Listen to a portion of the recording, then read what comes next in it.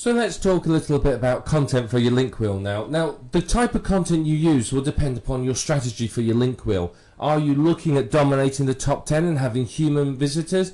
Or are you basically not fussed about the human visitors and all you want is to get the links to your site? If you really want human visitors and you want to rank well, then you need unique content. It has to be well written unique content, either written by yourself or outsourced. It doesn't matter which. If you're outsourcing it, be prepared to pay sort of $10-ish for decent quality content. Now, if you're creating, say, a 10 link wheel, a 10-spoke link wheel, each one maybe has 2 pieces of content on it, that means you need 20 unique pieces of content. Now, this isn't, particularly practical because it's going to take you a couple of days to write it, or it's going to cost you a couple of $100 to outsource it. So what you might do is you might get 2 or 3 unique articles written, and then spin it or something else to stretch the content out so you can use it in your link wheels. Now, the last thing you want is for all your link wheels to be identical in content if you are expecting real people to visit and you want them to read it. If it's all the same, they're going to leave the site very quickly because they're going to go, well, I've seen this already, and go. So if you've got unique content on each one, it's very, very powerful because you can really dominate the search results. The other option, of course, is to use private label rights content. Now, this can be used as is or rewritten, or, as we'll talk about in a minute, spun. It depends upon what you want to achieve. Now, PLR content you're probably going to use if you are not too worried about humans ever really visiting it, because again, you don't want people coming to your site and going, oh, I've already seen this. They've seen it lots and lots of places. You want them to come there, find something fresh, new and interesting, and then obviously come through to your money site. The final option, of course, is spun content. It can be either unique or PLR spun. Now, in reality, what you are likely to use is a combination of these. You're likely to use some unique content, some spun unique content, some rewritten or spun PLR content. You're going to use a combination of it because it's probably most cost effective, and it's also going to give you sort of the quickest and the best results.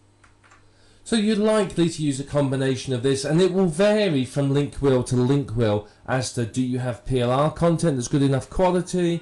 Do you have access to a spinner? Have you got someone to write the unique content? So it's going to vary. But what I want to do now is just talk a little bit more about spinning the content, because spinning is another thing that people don't really understand, and there's a lot of, shall we say, mystique and a lot of misunderstanding.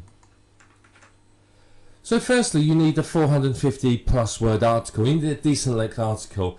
If it's too short, then it's not really enough content for link wheel. You want something that's good length. About 450, 500 to 600 words is enough. Any longer than that, and you might as well stretch it out a little bit longer and split it into 2.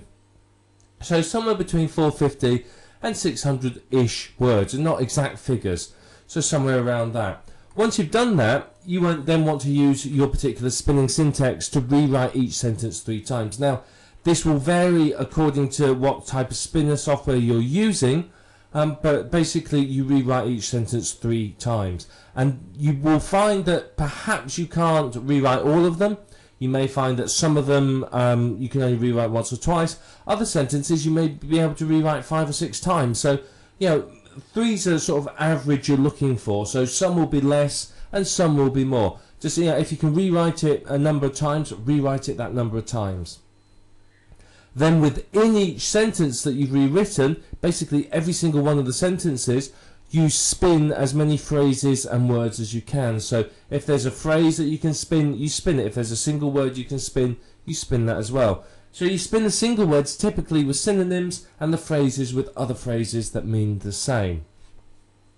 You will spin contractions with the full version, so can't becomes cannot, your becomes you are, there becomes they are, and so on. And what this does is this varies the word length of the article and helps make it that little bit more unique. Now, if you've got numbers, you may spin those between number 1 and the word 1. If you've got lists, you may do those 1, 2, 3, 4, 5, 6, IV, V, VI, and so on, or A, B, C, D, E, something like that. So you got to try and spin as much as you can so it varies and looks different. And if you can do that, then obviously that's going to make the article highly unique.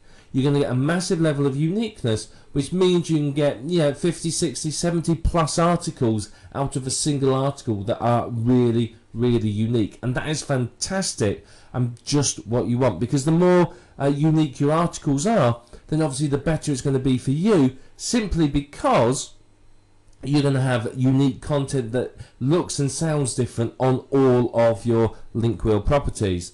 Now, there are automated spinners out there that you can use, and I've experimented with a few of them, and I can honestly say that whilst they do produce a high level of uniqueness, they don't produce content that is readable for humans. There's plenty of words which have many meanings in the English language, which the spinners don't understand the context. They just look at the word and spin that word. They don't understand the context which the word is being used in. So, for example, one niche that I've seen a lot of recently is, say, past life regression. Now, put that into an automated spinner, and life and regression will be left alone. But past will be spun to previous, past and previous. And of course, previous life regression doesn't make sense. It's not the same thing.